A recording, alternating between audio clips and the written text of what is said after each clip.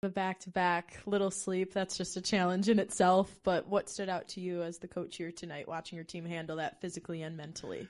It was going to be a tough one, right? The travel scenario wasn't the best.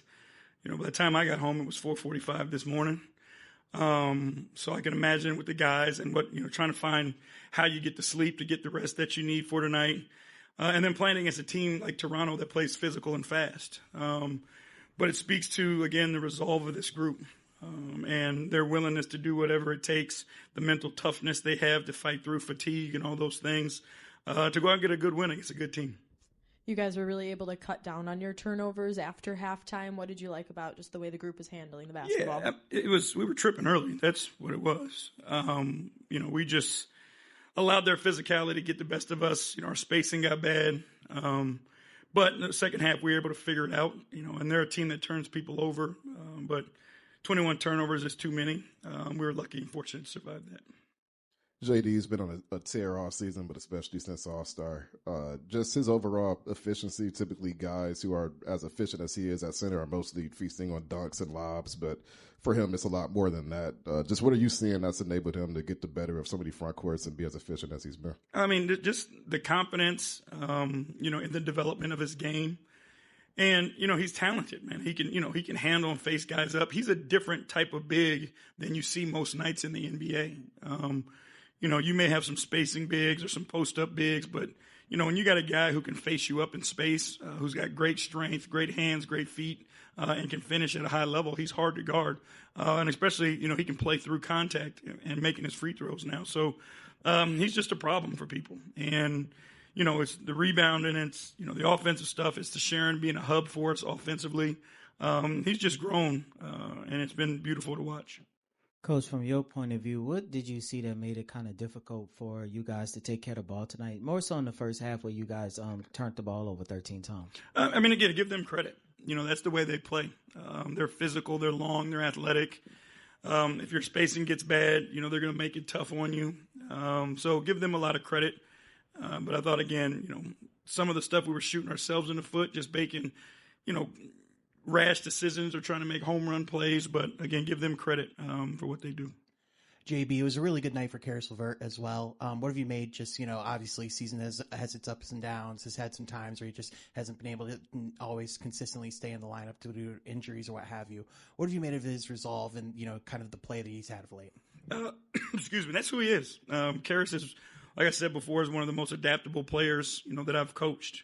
He has the ability to play a bunch of different roles. He can be different people on different nights on both ends of the floor. Again, credit to him, for sticking to it. And, he's a guy that's going to help us, and we need his skill set to help us down the stretch. JB, coming into this game, your team is averaging over 31 assists per game the last 7 on 44 buckets. What's been some of the biggest factors behind the cohesive surge, despite being short-handed, and what's impressed you most about the offensive growth? I think it's just been that, right? We've found a way to just diversify and include everybody in the offense because of, moving the basketball, moving our bodies, forcing defenses to have to take a different look. We've talked about this before in the past. Like, you don't find Cade's production in one guy, right? So how do you create an environment where everybody can just tick up a little bit more to their strength? And I think with the movement, we've found that for those guys. Clinching the Central Division title first time since 2007. I know when you got here, you said you wanted to reestablish a culture, and I know you guys aren't ever satisfied, but is that something you feel like you can take pride in? Yeah, you take pride in understanding how hard it is to do any of those things in this league. You take pride in the fact that you have a group of young guys, young men who collectively have grown and achieved certain milestones. For us, it's a part of the process, and it's, we expect more, but you can't, disrespect how difficult it is to do any of those things in this league. And it is a big deal for our guys in this organization to get ourselves back in that position and in position to do more, right? Because you can't win at the level you want to win at if you don't take those steps. Brilliantly said. Pistons 127-116. When we come back, we'll hear from Daniss Jenkins. Daniss Jenkins in the starting lineup tonight. 21 points, 5 assists. You're watching Pistons Live presented by Cure Auto Insurance. Liking the people you work with. We should do that, Johnny. I can think of a few people in the truck I'd like to wrestle with. No, we're kidding. We love everyone. No, we really do. But this is good fun. Just the guys just getting after it a little bit, getting loose before the game, which brings us to our FanDuel Casino's thrilling play. Here it is, end of the second quarter. Daniss Jenkins, clock winding down. No worry. Looked a little bit like myself. Looked exactly like you. There it is. Perfectly executed as the shot clock expired. I guess that's the equivalent to a walk-off home run. There you go. Yeah. And then a word from coach. A meeting with the manager. Skip? FanDuel Casino is the home of Huff and Puff slots. New players get 500 bonus spins and up to $1,000 back on any first day net loss. And we've talked a lot about Daniss Jenkins. Obviously, as we await Cade Cunningham's return, which we hope will be soon here, as we get, kind of down to the end here of the regular season, because they'll certainly want Cade back for their postseason run. But Daniss Jenkins, as far as orchestrating this offense, with 21 points tonight, 5 dimes, we talk about him almost every night. And I think to a lot of people across the league that are starting to understand, look at this path, kind of an unconventional path from, undrafted to G League to two-way to full contract. He's earned it. And he has earned it, and he continues to come out and prove it. Here's the thing, to no surprise to anybody that's been watching the Pistons, but for those who haven't over the last, 3-4 months, this is what Daniss Jenkins does. Daniss is a guy that when you put him in, he's a plug-and-play type guy. I think it was a surprise to all of us how well he could run the point guard. We all knew he could shoot the ball with consistency. But now when you put him in a position to, say, run the team, get everybody in there, the spots that they need to be in, and at the same time, if they need him to score, he can do that as well. He picked it up and understood exactly the value in playing that position when Cade went out. And like I said, that's a very tough position to play in as a young player. And you talked about the road that he traveled to get here. But to be able to excel at the point guard position and still be one of those guys, because let's face it, in today's NBA, the guards have to be very scoring-minded as well. He's been able to do that and still run the team. Yeah, a point guard position, especially at this level, is so incredibly difficult. Some guys make it look easy. Obviously, Cade does, but Daniss Jenkins does such a nice job, assuming that starting role. And his shooting coach was here a little bit earlier today, Jeremy Hart from SMU. Good chance to catch up with him a little bit as well. We will now hear from Daniss Jenkins at the podium. Daniss, obviously you guys had tough back-to-back last night. To come back tonight, less than 24 hours later, and then summoning the energy for this win. Just what's this last day been like, and then being able to summon it tonight? Yeah, man, I just think it just take a different type of person to persevere through times like this. I mean, it's the nature of the NBA, but I mean, it just shows true character when you come out knowing what we was up against, and be able to come out and pull this one out was tough. Daniss, I know, there's a lot that you guys still want to work for, but, this is the first time that Pistons have won a Central Division title since 2008. What does that mean to you guys to be able to, etch your name in history like that?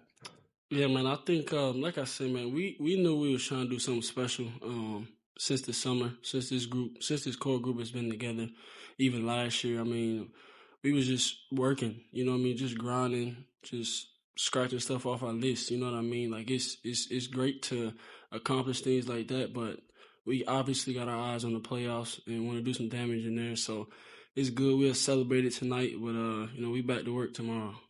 And then to start off the third quarter there, I think the starting five ended up 12-12 in the third quarter. Can you just talk about the comfort that you guys are working with right now in offense and everyone kind of being able to get involved there?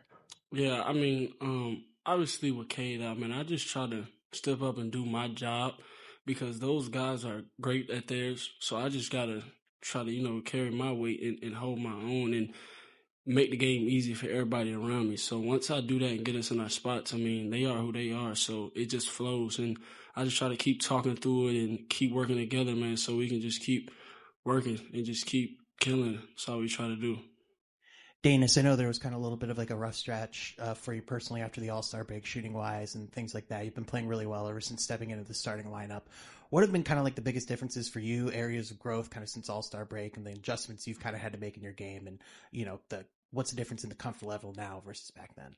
I mean, like I always say, to me, like I said, everybody's view on me changed, not me. Like, it wasn't so much that I was changing or you got converted and now this or that. It wasn't none of that. It was just getting back to myself, you know what I mean, and keeping my energy and my spirit right, like I always say.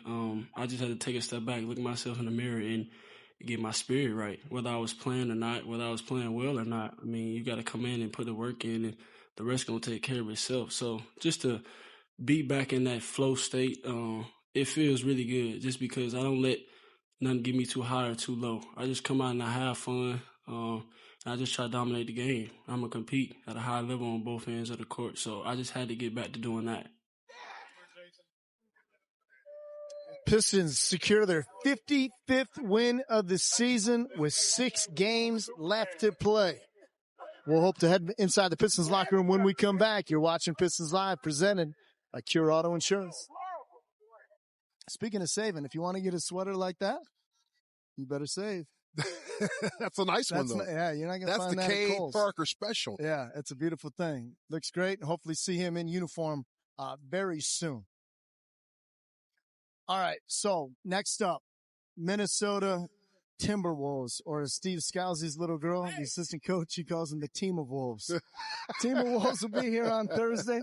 And remember, Anthony Edwards did not play in the meeting just earlier this week. He had 17 against Dallas last time out. So obviously Anthony Edwards will be at the top of the scouting report. He's top of the scouting report and definitely worth the price of admission to come watch this young man play. He is one of the rising stars, if you will, superstars of the NBA. Yeah, I think it was the MVP of this year's All-Star game. Bingo, there you have it. A teammate of Cade Cunningham's. All right, so all good things. Again, Pistons now 55-21. Still a chance to reach 60 wins this season. They'll have to play near flawlessly down the stretch, but you take them one game at a time. 6 games left to play. We'll see you on Thursday against Minnesota. Good night, Romulus.